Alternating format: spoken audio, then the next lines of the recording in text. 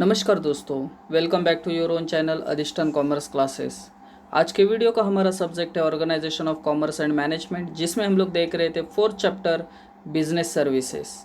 कल हमने banking as a business service शुरू किया था, जिसका बेसिक इंट्रोडक्शन था। The term bank comes from the French word banco which means a bench. Meaning में उन्होंने बोला था a bank is a financial institution which deals with the deposits and advance and other related services. Bank provide various services related to money and financial requirement of the consumers.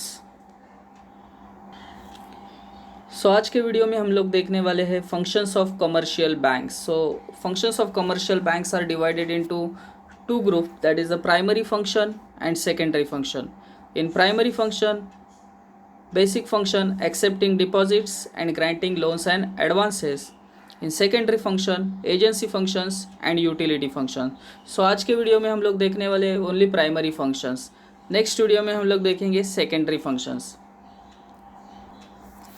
Primary functions. The primary function of commercial banks are known as core banking function. The primary function are as follows. So primary function क्या है? Primary function is the basic function of the banks, that is also called as core banking function. So core means main function of the bank.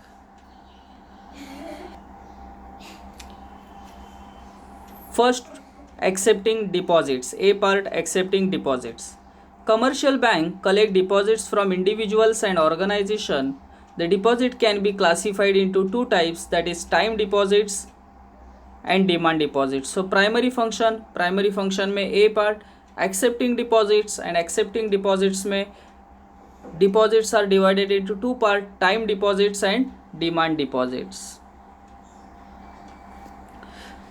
First, time deposits. Time deposits are called as time deposit because they are repaid to the customer after the expiry of decided time. So this is called time deposit because जो भी deposits customer से लिया गया है वो particular time के expiry के बाद उन्हें वापस किया जाता है with interest. So that is called time deposit. So इसमें जो फर्स्ट पार्ट है वो है fixed deposit. Fixed deposit account is an account where fixed amount is kept for a fixed period of time bearing fixed interest rate. देखिए, जब हम लोग bank में एक फिक्स अमाउंट एक फिक्स पीरियड के लिए एक फिक्स इंटरेस्ट पे रखते हैं तो वो हमें फिक्स डिपॉजिट कहा जाता है। Rate of interest is more as compare to saving account and varies with the deposit period. So जो भी रेट ऑफ इंटरेस्ट होता है वो ऑलवेज सेविंग अकाउंट से क्या होगा, ज़्यादा होगा, and it varies according to the time period. जिस तरीके से आप 1 साल के लिए पैसा रख रहे हैं, 2 साल के लिए बैंक में पैसा रख रहे हैं, it depends on the time.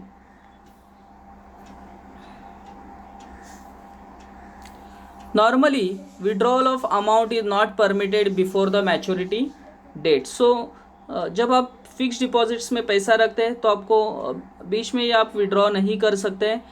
Is not permitted before the maturity date. However the depositors can withdraw amount before the maturity date for which bank will reduce the interest rates. देखिए, यहाँ एक important बात बोला है कि जब fix deposit में आप पैसा रखते हैं इन अ बैंक्स तो आप बीच में ही पैसा नहीं निकाल पाते, बट तो भी अगर आपको अर्जेंट पैसे का ज़रूरत होगा आप पैसा निकाल सकते हैं।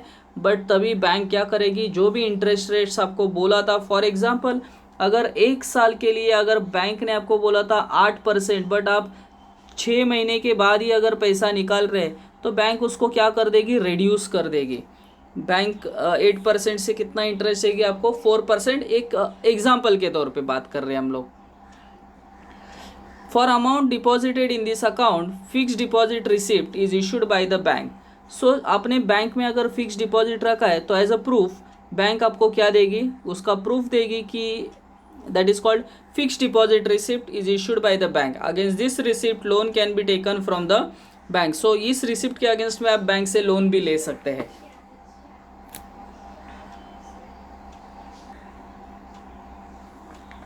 Recurring deposit, it is operated by salaried person or businessman having a regular income. So recurring deposits account कौन ओपन करते हैं, तो उन्होंने यहाँ बात की है, देखिए salaried person and businessman having a regular income, ये लोग ये अकाउंट ओपन करते हैं। A certain fix sum of money is deposited into the account every month. तो एफडी में कैसा है, एफडी में आपको एक ही साथ पूरा पैसा डिपॉजिट करना है, बट आरडी में हर महीने एक पर्टिकुलर अमाउंट, फॉर एग्जांपल आपने 1000 रुपये का आरडी अगर निकाला है तो हर महीना आपको 1000 रुपीज़ आपके सेविंग अकाउंट से या आप बैंक में जाके उसको भर सकते हैं। Withdrawal of accumulated amount along with the interest is paid after the maturity date. तो सब फॉर एग्जांपल अगर आपने आरडी अकाउंट ओपन किया है रिकरिंग डिपॉजिट 1 साल के लिए, तो हर एक महीने में आपका जो पैसा है वो बैंक अकाउंट से आपके सेविंग अकाउंट से आरडी अकाउंट में जाएगा, या आप जाके भर भी सकते हैं। आरडी अकाउंट का जो फ़ायदा होता है वो आपको नॉर्मल सेविंग अकाउंट से ज़्यादा इंटरेस्ट रेट मिलता है। Rate of interest is higher which is similar to fix deposit account. Separate passbook is provided to know the position of RD account. So एक सेपरेट पासबुक भी आपको provide किया जाएगा, जैसे सेविंग अकाउंट के लिए पासबुक प्रोवाइड करते हैं, तो आपको समझ में आएगा कि आपने 1 साल में, 2 साल में, 3 साल में कितना पैसा वहाँ डिपॉजिट्स किया है। सो आरडी अकाउंट का जो इंटरेस्ट रेट होता है वो सिमिलर टू फिक्स डिपॉजिट होता है, सेविंग से ज़्यादा होता है, तो ये फ़ायदा होता है आरडी अकाउंट ओपन करने का। देखिए हम लोग प्राइमरी फंक्शन से शुरुआत किया था, जिसमें फर्स्ट था एक्सेप्टिंग डिपॉजिट्स। तो 2 तरीके के डिपॉजिट एक्सेप्ट किए जाते हैं, एक टाइम डिपॉजिट और एक है डिमांड डिपॉजिट। सो टाइम डिपॉजिट्स में अभी हमने 2 टाइप्स है, fix deposit and recurring deposit. Now demand deposits. Demand deposits. Demand deposits are those which are repaid to the customer whenever they demand. So देखिए पहला जो था टाइम डिपॉजिट्स था, जहाँ एक पर्टिकुलर पीरियड के बाद, जिसको मैच्योरिटी बोलते हैं, उसी के बाद आपको फंड्स मिल रहे थे, आपके जो भी पैसा था विद इंटरेस्ट मिल रहा था। डिमांड डिपॉजिट्स में आप कभी भी बैंक्स में जाके डिमांड कर सकते हैं, जो भी आपका डिपॉजिट अमाउंट होगा उसमें से आप पैसा निकाल सकते हैं। This means money can be withdrawn as per the wish of the customer through withdrawal slip, checks, ATM card, online transfer. तो ये विड्रॉल स्लिप्स बोलिए, चेक्स बोलिए, ATM कार्ड्स बोलिए, ऑनलाइन ट्रांसफर्स के ज़रिए डिमांड डिपॉजिट से आप फंड्स निकाल सकते हैं। So that is called demand deposits. So demand deposits में हम फर्स्ट देख रहे हैं saving account. It is generally operated by those who earn regular और fix income such as salary और वेजेस अर्नर्स जो है। So normally saving account open करने वाले कौन लोग होते हैं, जो सैलरी वेजेस अर्नर्स जो पर्सन्स होते हैं वो सेविंग अकाउंट ओपन करते हैं।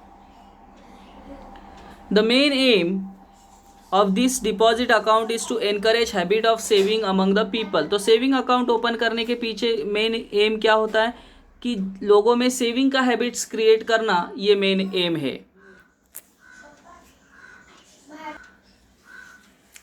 This deposit accounts are meant for the purpose of maximum saving.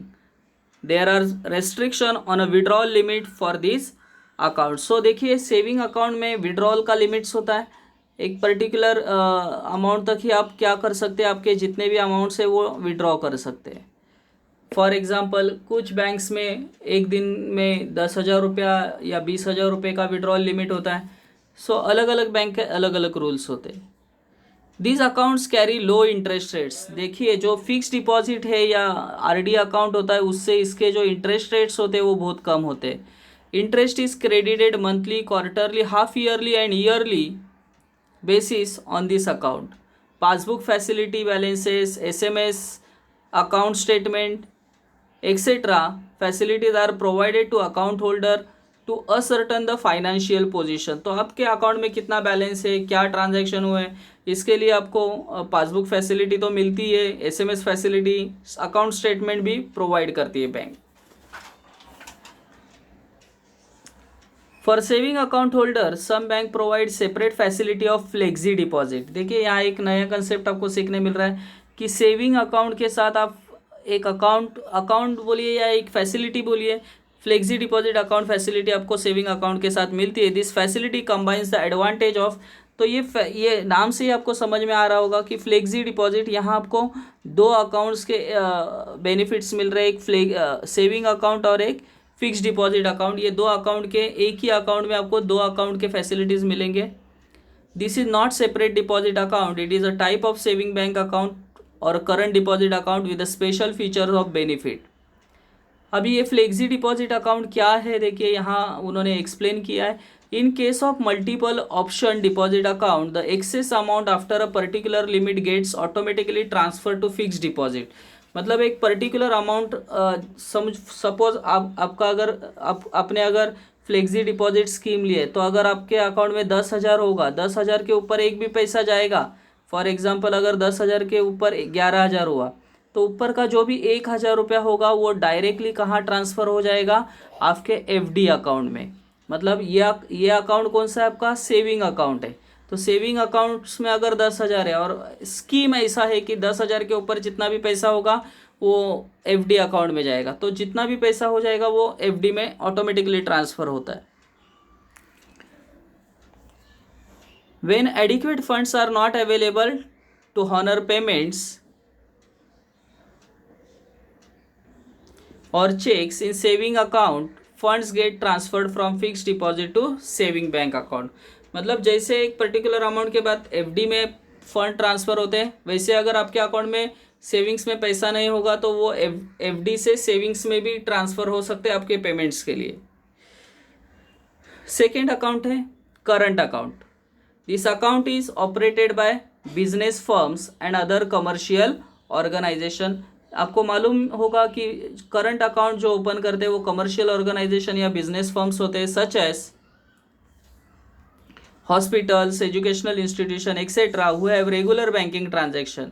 In this account there is no restriction on a deposit और withdrawable amount. So important line है कि जैसे सेविंग में क्या था कि एक रेस्ट्रिक्शंस था डिपॉजिट्स विड्रॉल पे, वैसे यहाँ नहीं है। No interest is paid by the bank. Important बात है कि आपको ये अकाउंट में इंटरेस्ट भी नहीं मिलेगा।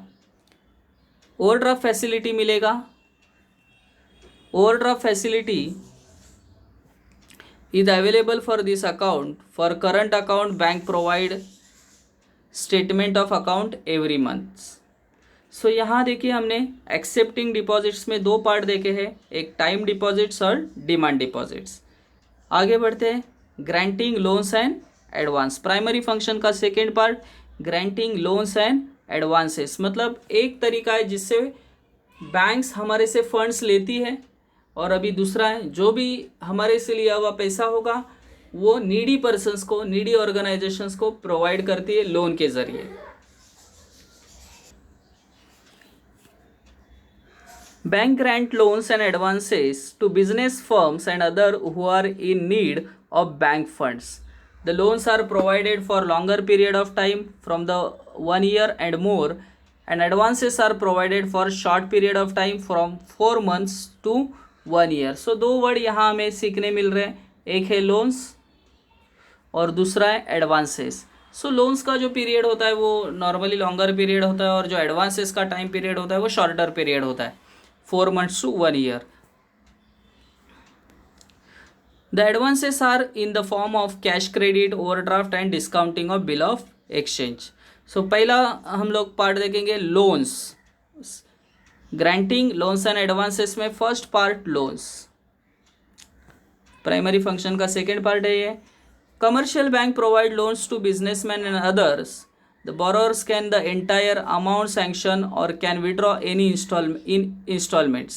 Interest is charged on amount sanction. जो जितना भी बैंक आपको लोन सैंक्शन करेगी उस पर आपको इंटरेस्ट पे करना पड़ेगा। अभी लोन्स के टाइप से कि शॉर्ट टर्म लोन और पीरियड अप टू 1 ईयर तक का जितना भी लोन है फॉर वर्किंग कैपिटल पर्पस के लिए। ये वर्किंग कैपिटल मतलब जो कंपनी के डे टू डे खर्चे होते हैं उसको पूरा करने के लिए कंपनी ये लोन्स लेती है।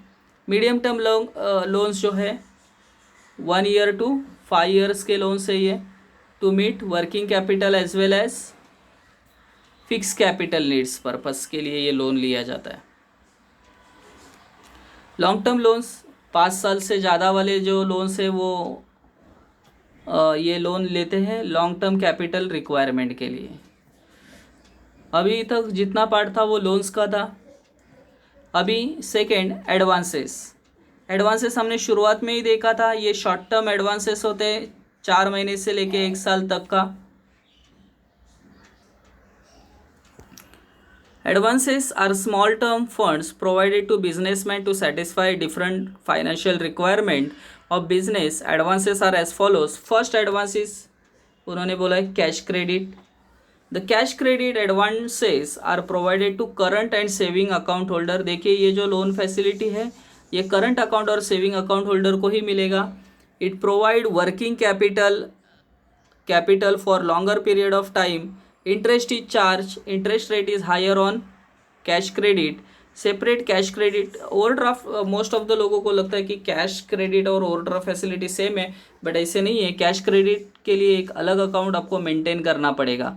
सो सेपरेट, यहाँ देखिए उन्होंने बोला है separate cash credit account is to be maintained by the borrower. Overdraft facility, आपके अकाउंट में जितना पैसा है उससे थोड़ा सा ज़्यादा पैसा आप निकाल सकते हैं. एक पर्टिकुलर लिमिट दिया जाता है बैंक की तरफ से. This facility is offered to the current account holder to meet their working capital requirement. The period can vary from 50 to 60 days का ये लोन हो सकता है. Interest is charge on actual amount withdrawn. मतलब आपके अकाउंट में जितना पैसा है उससे जितना ज़्यादा. फॉर एग्जाम्पल अगर आपके अकाउंट में 1 लाख है और आपने 1,20,000 निकाला तो ऊपर का जो 20,000 है उस पर आपको इंटरेस्ट लगेगा. No separate account is maintain. देखिए कैश क्रेडिट में सेपरेट अकाउंट मेंटेन करना था, ओवरड्राफ्ट में मेंटेन नहीं करना है. And entries are shown in a current account. It is temporary arrangement for a short period. Discounting of bill of exchange. बीके में ये कंसेप्ट हमने देखा है या अभी इसको हम लोग देख लेंगे. The drawer of bill of exchange और beneficiary can discount the bill with the bank and obtain the advance. मतलब ड्रॉवर जो होता है वो बैंक के पास जाता है और बैंक से ये लोन क्या करता है, मतलब बिल्स को बैंक के पास रख के उसके अगेंस्ट में ये लोन लिया जाता है. On the due date of the bill the bank will recover the amount from the drawee. तो ड्रॉवर बैंक के पास जा रहा है, बैंक को बोल रहा है कि ड्रॉवी से इतना पैसा आ रहा है बट ड्यू डेट अभी थोड़ा दूर है, तो आप मुझे इसके अगेंस्ट में क्या दो, लोन दीजिए और ऑन द ड्यू डेट आप ड्रॉवी से पैसा ले लीजिए. So that is the discounting of bill of exchange.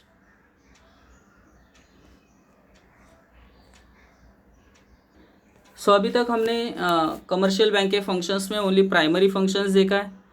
Next video में हम लोग देखेंगे सेकेंडरी फंक्शंस. आई होप कि ये सभी पॉइंट्स आपको अच्छे से समझे होंगे. तो प्लीज़ लाइक करना, दोस्तों के साथ शेयर करना. That's it. Thank you very much दोस्तों. We will be meeting in our next video. तब तक के लिए बाय बाय.